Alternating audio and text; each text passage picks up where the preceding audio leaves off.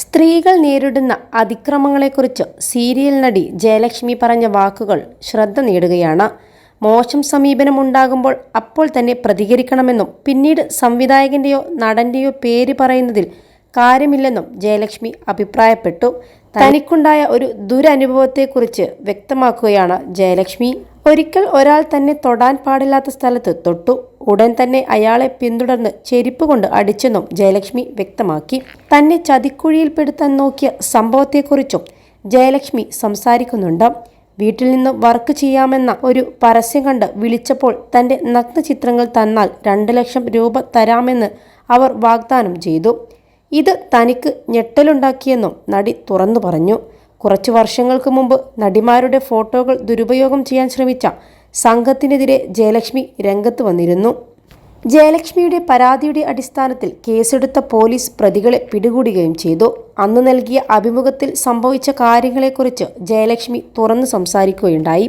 VIP-കളുടെ കൂടെ ഡേറ്റിംഗിന് പോയാൽ ഒരു ദിവസത്തേക്ക് 3 ലക്ഷം മുതൽ 30 ലക്ഷം വരെ സമ്പാദിക്കാമെന്ന് വാട്സപ്പിൽ മെസ്സേജ് വന്നു. മെസ്സേജ് കണ്ട് ഇത്രയും ഓപ്പണായി ഒരാൾ നമ്മളെ അപ്രോച്ച് ചെയ്യുന്നു എന്നത് ഷോക്കിംഗ് ആയി തോന്നി. +2 ഡിഗ്രി കഴിഞ്ഞവർക്ക് വേൾഡ്സ് ഫസ്റ്റ് AR/VR ക്ലാസ് റൂമിലൂടെ സ്മാർട്ട് ഫോൺ എഞ്ചിനീയർ ആവാം. കൂടുതൽ അറിയാൻ വിളിക്കൂ ബ്രിഡ്കോ ആൻഡ് ബ്രിഡ്കോ. വീട്ടുകാരോടും സുഹൃത്തുക്കളോടും പറഞ്ഞു. ബ്ലോക്ക് ചെയ്തെന്ന് അവർ പറഞ്ഞു. ബ്ലോക്ക് ചെയ്ത് ഒരാഴ്ചക്കുള്ളിൽ അതേപോലെ മറ്റൊരു മെസ്സേജ് വന്നു. എൻ്റെ സുഹൃത്തിനും സമാന അനുഭവങ്ങളുണ്ടായി. ഒരു സ്കൂൾ കുട്ടിക്കും ഇങ്ങനെയൊരു മെസ്സേജ് വന്നതായി മറ്റൊരു സുഹൃത്ത് പറഞ്ഞു. ഇതെങ്ങനെ വിട്ടാൽ പറ്റില്ലെന്ന് അന്ന് തീരുമാനിച്ചെന്ന് ജയലക്ഷ്മി വ്യക്തമാക്കി. സിനിമ, സീരിയൽ താരങ്ങളെക്കുറിച്ചും പലർക്കുമുള്ള തെറ്റിദ്ധാരണയും ജയലക്ഷ്മി അന്ന് ചൂണ്ടിക്കാട്ടി. സെലിബ്രിറ്റികളുടെയും രാഷ്ട്രീയക്കാരുടെയും ജീവിതം ഒരുപോലെയാണ്. അവർ എപ്പോഴും മീഡിയകൾക്ക് മുമ്പിലാണ്. വീട്ടിൽ ഒരു നല്ല വിഷയം നടന്നാലും മോശം കാര്യം നടന്നാലും എല്ലാവർക്കും അറിയാം. ഒരാൾ തെറ്റ് ചെയ്താൽ എല്ലാവരെയും അതേ കണ്ണിൽ കാണുന്നത് തെറ്റാണ്.